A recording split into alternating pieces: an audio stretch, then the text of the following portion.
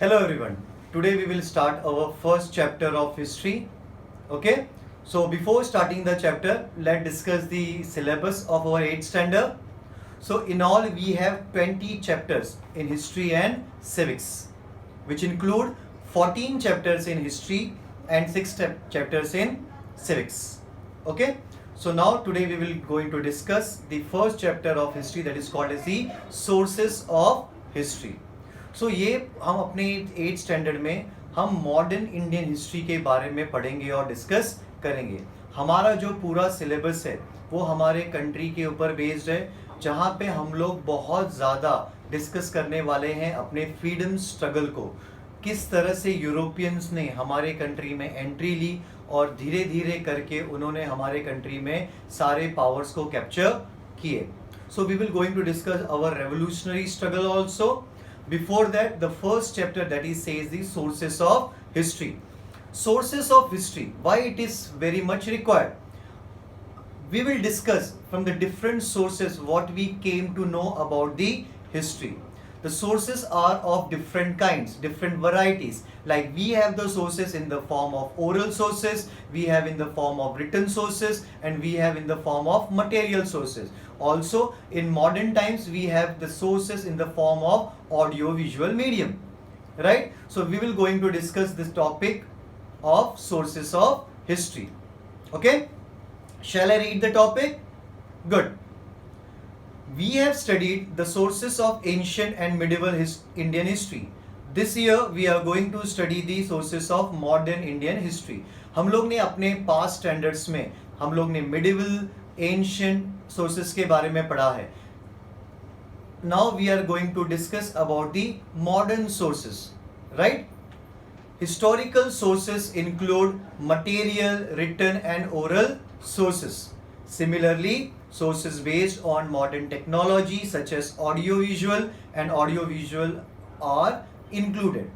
So we have few sources in the form of audio, we have few sources in the form of video, or we have some sources in the form of both audio, video. We know the meaning of audio, which we can listen, video, which we can visualize, which we can see. Audio visual means both. Okay, so step by step we will take the example of all these sources and different types that includes under these sources. Okay, so basically we will discuss about the 4 important sources. They are written sources, oral sources, material sources, and the sources in the form of audio visual. Okay, chalo, let's begin with the material sources. Material sources are those sources which are present in the physical form, जिसको हम touch कर सकते हैं, जिसको हम देख सकते हैं. These sources are the material source. Understood? Material मतलब जो हमारे पास physically present है. That may be any temple, that may be any monument, that may be any building, it may be coin, it may be weapons, it may be ornament, right? Various objects, monument, places, coins, sculptures, etc. can be included in the material source of history. Okay, so these are the few examples of the material sources. Buildings and palaces. Building and palaces are also the sources that comes under the material sources. Let's discuss more about it. Okay, the building and places, different places. When we visit different places, we come to know a different surrounding, different flora and fauna of that period, right? The period of modern Indian history is believed as period of European. If we talk about the modern Indian history, it was highly influenced by the European. जैसा कि हमें मालूम है, almost 200 year से भी ज़्यादा Britishers ने हमारे कंट्री में रूल किया था. तो ये जो मॉडर्न इंडिया का जो कंस्ट्रक्शन है, जो स्ट्रक्चर है, उसमें कहीं ना कहीं बहुत ज़्यादा इफेक्ट यूरोपियन कंट्रीज का दिखता है, स्पेशली इंग्लैंड का, right? Specially the British rulers and governance of princely states. तो हमारे कंट्री में जो पहले राजा महाराजा थे, जिन्होंने अपनी टेरिटरी पे रूल किया था, कंट्रोल ब्रिटिशर्स के अंडर होते थे, बट जो वहाँ के लोकल रूलर्स होते थे उनके अंडर जो था वहाँ का कमांड था. तो they are called as a princely states. तो हमें ये सारी चीज़ों के बारे में आज भी देखने को मिलता है। अगर हम ऐसे कोई historical monument, historical sites, location पर जाते हैं तो अलग अलग पीरियड के हमें कंस्ट्रक्शन या हमें उनका जो एक एनवायरनमेंट था, किस तरह से वो फंक्शन करते थे, वो सारी बातें हमें पता चलती है। In this period various buildings, bridges, roads, water supply system, fountains etc were built. So उस जमाने में चाहे ब्रिटिशर्स हो या हमारे इंडियन रूलर्स हो या वहाँ के कॉमन पीपल ने भी अगर अपने गांव में, अपने सिटी में, अपने टेरिटरी में अगर उन्होंने कोई पुराने कंस्ट्रक्शन उस जमाने में बनाए थे, शायद वो कोई फाउंटेन हो सकता है, कोई गार्डन हो सकता है, कोई मॉन्यूमेंट हो सकता है, तो अगर आज ये सारी चीज़ें हम जब देखते हैं तो हमें उन पीरियड के बारे में मालूम पड़ता है कि वो कौन से मटेरियल यूज करते थे, कंस्ट्रक्शन कैसे करते थे, उनका इकोनॉमिकल कंडीशन कैसा था। इकोनॉमिक कंडीशन मतलब फाइनेंशियल कंडीशन। जैसे कि हम सब देखते हैं कि हमारे कंट्री में मुगल्स के टाइम पे बहुत सारे ह्यूज कंस्ट्रक्शन हुए थे, राइट। जैसे कि आप देखो रेड फोर्ट, कुतुब मीनार, सबसे बड़ा एग्जाम्पल हमारे सामने क्या है, ताजमहल। तो ये सब चीज़ों को बनाने के लिए बहुत ज़्यादा पैसा इन्वेस्ट हुआ, राइट। तो हमें पता चलता था कि उस जमाने में हमारे कंट्री में रूलर्स के पास बहुत ज़्यादा पैसा हुआ करता था, तो जाके इतने ह्यूज कंस्ट्रक्शन हुए। Understood? These buildings include government offices, residences of officers, leaders and revolutionaries. So आज हम जो ये पुरानी बिल्डिंग या कंस्ट्रक्शन देखते हैं, ये कभी किसी ज़माने में गवर्नमेंट के ऑफिसेस हुआ करते थे, किसी रेवोल्यूशनरी के घर हुआ करते थे या किसी पॉलिटिकल लीडर के घर हुआ करते थे। आज इनमें से बहुत सारे ऐसे मॉन्यूमेंट हैं जो म्यूजियम्स में कन्वर्ट हो गए हैं या टूरिस्ट प्लेस बन गए, जहाँ पे लोग विजिट करके हिस्ट्री के बारे में बहुत सारी इंफॉर्मेशन गैदर करते हैं, right. Palaces of rulers of princely state, fort, prisons etcetera. What is prison? Prison means jail. तो पुराने ज़माने के जो ये फोर्ट, जो किले होते हैं, आप देखोगे हमारे महाराष्ट्र में वैसे बहुत सारे फोर्ट है जो हमने खुद भी विजिट किए हुए हैं। तो आप ऐसी लोकेशंस पे विजिट करने के बाद आपको हिस्ट्री के बहुत सारे इंफॉर्मेशन पता चलते हैं। Among these monuments, many buildings are intact even today. So ये जो हम जो बिल्डिंग्स की बात कर रहे हैं, आज भी इनमें से बहुत सारे बिल्डिंग ऐसे हैं जो क्या है, इंटैक्ट है। इंटैक्ट मीन्स प्रेजेंट, आज भी जो हमारे सामने वो खड़े हैं, हमें देखने का मौका मिल रहा है उनको। So intact means not damage, जो अभी तक डैमेज नहीं हुए हैं। Some are declared as national monument whereas some are converted into museum. So ये जो पुराने म्यूजियम्स जो पुराने मॉन्यूमेंट्स हैं, बिल्डिंग्स हैं, पैलेसेस हैं, फोर्ट्स हैं, क्योंकि ये हमारे हिस्ट्री में बहुत ही इंपॉर्टेंट रोल प्ले करते हैं। इनमें से बहुत सारे मॉन्यूमेंट को गवर्नमेंट ने अपने अंडर टेकिंग में लेकर रखा हुआ है, जहाँ पे वो इनके मेंटेनेंस का काम करते हैं, इसके रिकंस्ट्रक्शन का काम करते हैं, और ताकि टूरिस्ट को वहाँ पे बहुत सारी इंफॉर्मेशन मिल सके। तो इनमें से आज बहुत सारे ऐसे मॉन्यूमेंट्स हैं जो म्यूजियम्स में कन्वर्ट किए गए हैं। आप भी ऐसे बहुत सारे हिस्टोरिकल फोर्ट होते हैं जहाँ पे विजिट करोगे तो आप देखोगे उनमें आपको म्यूजियम्स की तरह जो उस ज़माने के राजा महाराजा के जो वेपन्स होते थे, उनके जो क्लोथ होते थे, अगर वो कोई कॉइन या कोई स्टैम्प यूज़ करते थे, तो ये सारी चीज़ें आपको देखने को वहाँ पे मिलती हैं। Some are declared as national monument, whereas some are converted into museum. For example, we had example of cellular jail. Cellular jail ये ब्रिटिशर्स के टाइम पे एक बहुत ही फेमस जेल हुआ करता था। ये जेल में ब्रिटिशर्स जो इंडियन प्रिजनर्स होते थे उनको बहुत ज़्यादा रिगरस पनिशमेंट देते थे। रिगरस मतलब क्रूएल्टी, वहाँ पे उनको बहुत ही हरास किया जाता था। तो ये अंडमान आइलैंड में है ये सेलुलर जेल। तो ये आज एक टूरिस्ट प्लेस है, क्योंकि लोग वहाँ पे विजिट करके वो सिचुएशन देखते हैं किस तरह से ब्रिटिश और इंडियंस को टॉर्चर करते थे। और ये जेल और भी ज़्यादा फेमस इसलिए है क्योंकि वीर सावरकर, इन्होंने अपना एक लॉन्ग पीरियड यहाँ पे स्पेंड किया था और उन्होंने इन बातों का मेंशन अपने बुक्स में भी किया हुआ है। तो अगर हम समझो हम लोगों ने उनकी बुक पढ़ी हुई है तो हमें उस जेल के बारे में पता है, तो जब हम वहाँ पे विजिट करेंगे तो उस जेल को देख के हम समझ सकते हैं किस तरह से ब्रिटिशर्स क्रूएल्टी करते थे। Okay, while visiting this sites, what is sites? Location. When we visit such places we get information about contemporary history. जब हम ऐसी जगहों पर जाते हैं तो हमें कंटेम्प्रेरी हिस्ट्री के बारे में पता चलता है। What do contemporary means? Contemporary means of that time, उस पीरियड का। Contemporary means of that time, okay.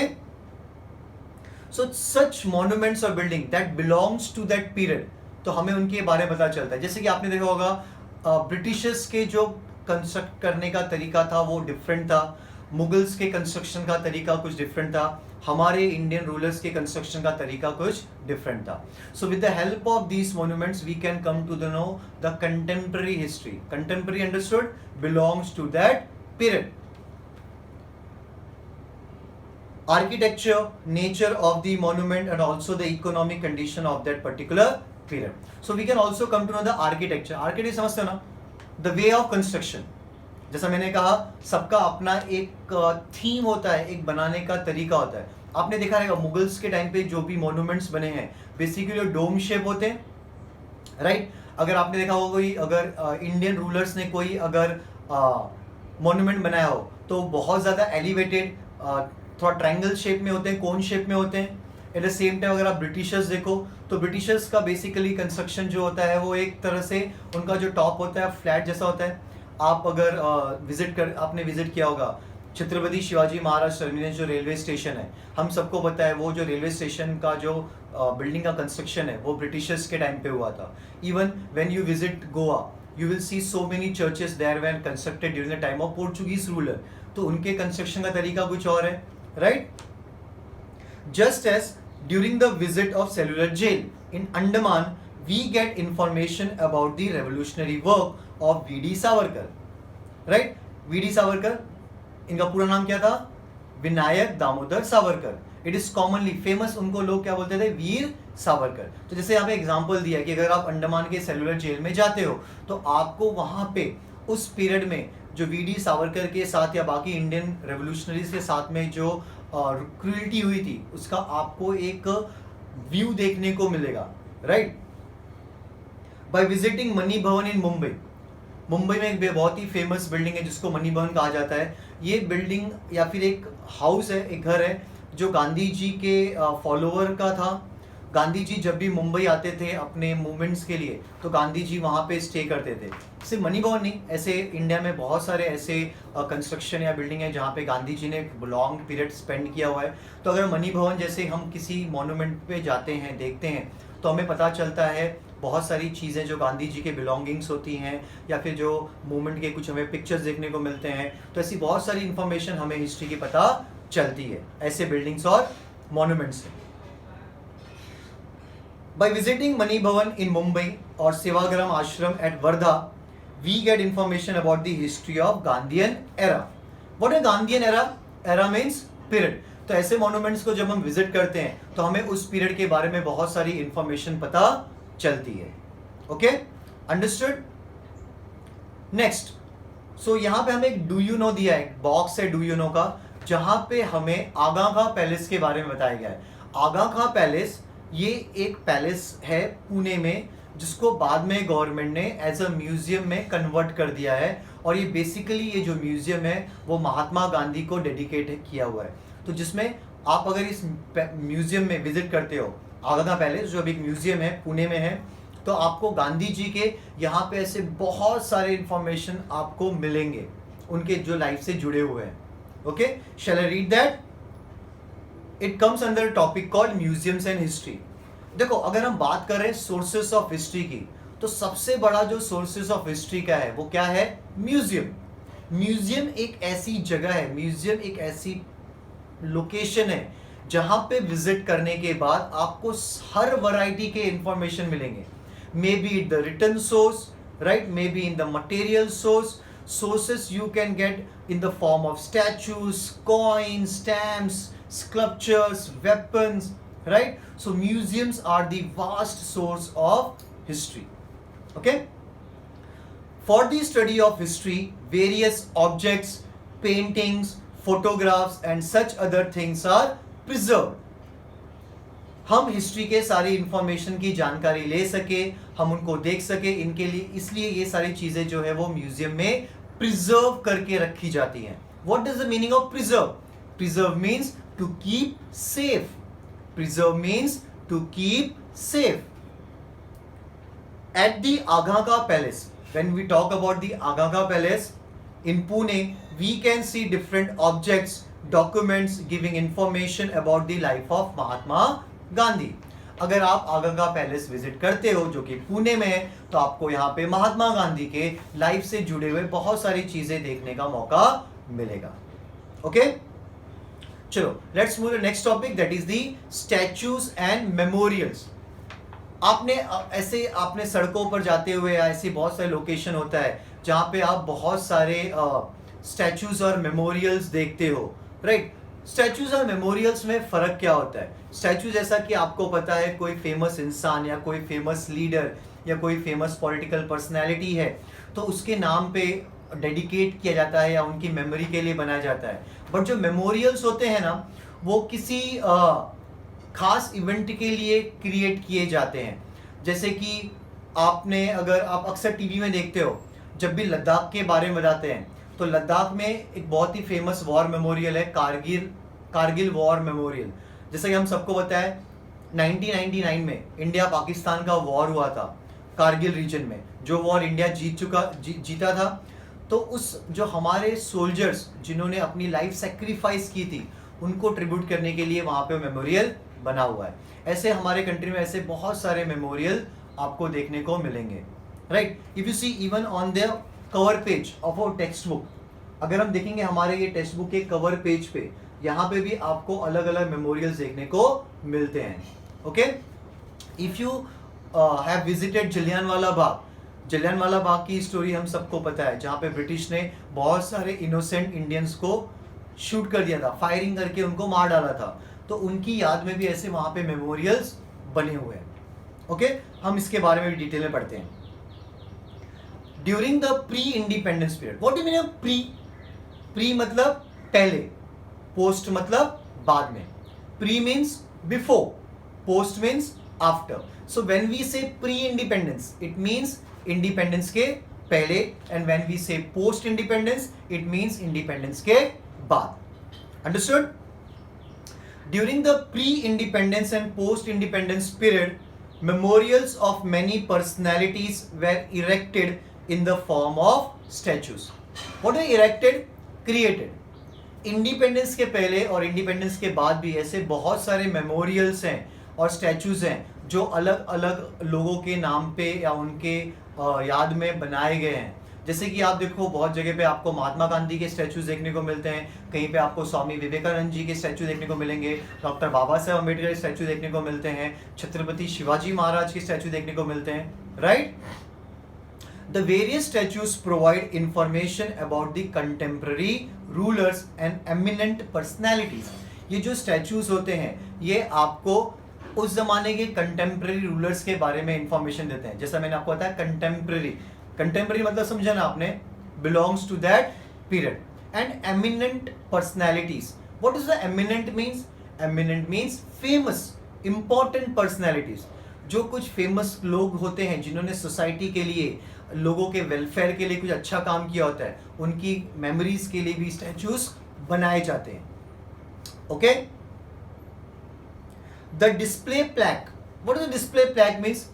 अगर आपने स्टैचू देखा होगा तो आपको याद होगा, स्टैचू आप देखते हो तो स्टैचू के नीचे कभी पत्थर के ऊपर या फिर कभी ऐसा कोई बोर्ड लगा होता है जहाँ पे उस स्टैचू की इंफॉर्मेशन होती है, ताकि अगर हम उस इंसान को नहीं पहचान रहे जो स्टैचू में, जिनकी स्टैचू बनी हुई है, तो एटलीस्ट उनकी जो इंफॉर्मेशन, उनके लाइफ की जर्नी, उनके फैमिली के बारे में, उनके जो बैकग्राउंड होते हैं, हिस्टोरिकल बैकग्राउंड होते हैं, उसका इंफॉर्मेशन वहाँ पे डिस्प्ले किया गया होता है। That is called the display plaque. ये जो डिस्प्ले प्लैक होता है सिर्फ स्टैचू के लिए काम में नहीं आता है। फॉर एग्जाम्पल, अगर आप कहीं शॉप में जाते हो, take example of cake shop. When you visit to any cake shop, आप जब किसी भी केक शॉप में जाते हो तो आप देखते हो शेल्फ में ऐसे बहुत सारे केक रखे होते हैं, बहुत सारे पेस्ट्रीज रखे होते हैं, तो उनके नीचे एक डिस्प्ले लगा होता है, is called a display plaque. उस डिस्प्ले में हमें क्या इन्फॉर्मेशन मिलती है कि फ्लेवर क्या है और उसका प्राइस क्या है। तो इसी तरह से जब स्टैचूज की या किसी की इंफॉर्मेशन देनी होती है लोगों को, तो एक इस तरह का डिस्प्ले फ्लैग लगाया जाता है जहाँ पे उनकी एक समरी इंफॉर्मेशन होती है. Okay, understood meaning of display flag? The display plaque on the statues gives us information about the full name of the concerned person, birth and death details, brief information about their contribution and a biogeographical sketch of the person. उस इंसान का biogeographical sketch मतलब उनकी life की journey, उन्होंने अपने life में कैसे स्ट्रगल किए थे, क्या इंपॉर्टेंट स्टेप्स लिया था, तो ये सारी चीजें पता चलती हैं. Just as the statues of Mahatma Jyotirao Phule, Lokmanya Tilak, Dr. Babasaheb Ambedkar, there are memorials which were erected in the memory of various events which gives us information about the concerned period. Concerned means related, of that related period or the related event. जैसे कि हमने देखा कि Mahatma Jyotirao Phule, doctor Baba Saheb Ambedkar, ऐसे इन लोगों के जो अलग अलग जगह पे स्टैचूज होते हैं, उसी तरह से अगर कोई ऐसा इम्पॉर्टेंट इवेंट है जो हमारे लाइफ में बहुत बड़ा चेंज लाया हुआ है, उनके भी हमें अलग अलग जगह पे मेमोरियल्स देखने को मिलते हैं. Right? The concern event period people related to the event. For example, Hutatma Smarak at various places. Right? हुतात्मा स्मारक भी ऐसे आप देखोगे तो जगह जगह बनाए जाते हैं जहां पे लोगों की मेमोरीज को, जो उनकी सेक्रीफाइस है, उसको हम डिस्प्ले करते हैं. Understood clear? So we had completed the topic called material sources. Okay,